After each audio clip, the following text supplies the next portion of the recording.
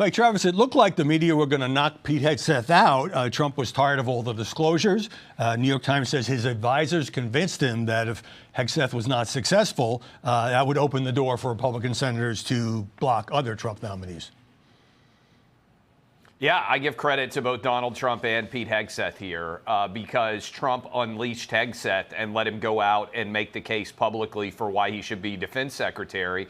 I know the tradition is nominees sit back in the corner and stay quiet as they go through the advise and consent role. But when you saw a calculated attempt to go after Pete Hegseth like was unleashed, and Howard, I don't know if you paid attention to the ProPublica, I believe it was, report where they tried to claim that Hegseth never applied and was never admitted to West Point. But didn't publish the story. Didn't publish the story after it didn't pan out. But only because Hegseth, to his credit, actually still had his admissions letter from 1999 or whatever the heck it was, probably because he was so proud of the fact that he had been admitted to the U.S. Military Academy. But that is evidence, I think, of Hegseth getting out there and throwing punches, of Trump allowing him to do it. And what you hit on is the key point here. It doesn't end, right? If Hegseth had been forced out, next man up is Robert Kennedy Jr., next woman up is Tulsi Gabbard, then Kash Patel.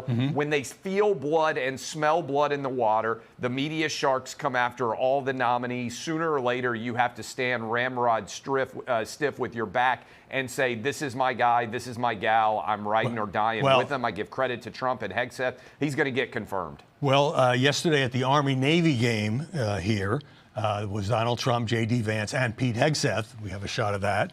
And Lucy, look, several media outlets have reported that Trump is using pressure tactics to signal to some reluctant or skeptical senators that if they don't go along with his nominees, they may have political problems. Now, is that just classic hardball politics? Well, I don't know what it is because it's hard to get in the brain of Donald Trump. But I don't think that there's any reason that Republican senators who are thinking about holding the line against Pete Hegseth, about whom there are serious concerns about whether or not he should be confirmed for this role to be Secretary of Defense. I think that we've learned from the first Trump administration that it does not really matter how much you pander to or get in line or, get behind Trump and Trump's agenda. When he wants to come for you, he will. We've seen that a lot with a lot of Republican senators who were doing their darndest to be loyal to him. Pete Hegseth is a person, there are serious questions about him. And even in the recovery tour, so to speak, the we're fixing the PR of Pete Hegseth, some of the stuff that has come out is pretty shocking. I mean, a senator gave a pull-aside interview to a bunch of media where he talked about how he and Pete Hegseth have discussed how, if confirmed, Pete Hegseth would stop drinking. Like, these are not the kinds of pieces of commentary that you want senators to be doing in the halls of Congress. So maybe he gets confirmed. I'm not sure that Hegseth being confirmed is going to be a DOD with someone at the helm with a lot of credibility. He is still really taking a beating, and I think for good reason. What's also interesting, Clay, is that Hegseth has clearly moderated his stance on women in combat. He was against it, and he didn't quite commit to having them on the front lines. But that also reminds me that ultimately it's the president-elect who's going to decide things like that.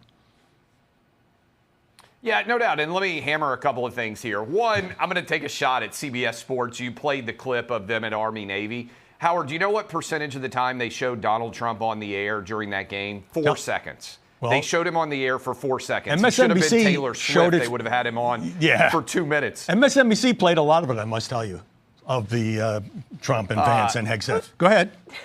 You're a sports guy. I yield to you. That's point one.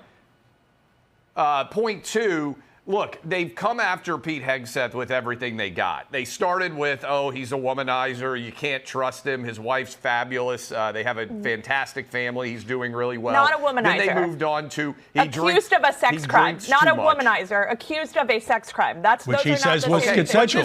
But there's a police report about. Let's not use the term womanizer. Defend it. Don't defend it. But don't say womanizer. That's not what's at issue here. An alleged sex crime is what's at issue. What you you are doing, hold on, Lucy, what you are doing is everything that's wrong with the way these are covered. You said accused of a sex crime. Yes. He was actually cleared of a sex crime. They investigated. The woman lied. There was no basis for it. Wait, he So wasn't don't try to say prosecuted. He was He wasn't? accused. He was cleared. That's he not- was he was- cleared Okay. of a No, sex crime. wrong. That is Incorrect. 100% true. They investigated him in in California. They found that there was absolutely no crime that had occurred at all. That is the truth. So All you right, but- can't say That's he was not what accused. happened. You I should gotta- be saying I gotta he was blow the cleared. whistle, Second, on time that is here. 100% I gotta what blow the happened. whistle. Second, No, we have they no time for tried second. to go and accuse him of alcohol-related issues. That failed. He's going to be defense secretary, whether Lucy likes it, whether anybody else out there likes it.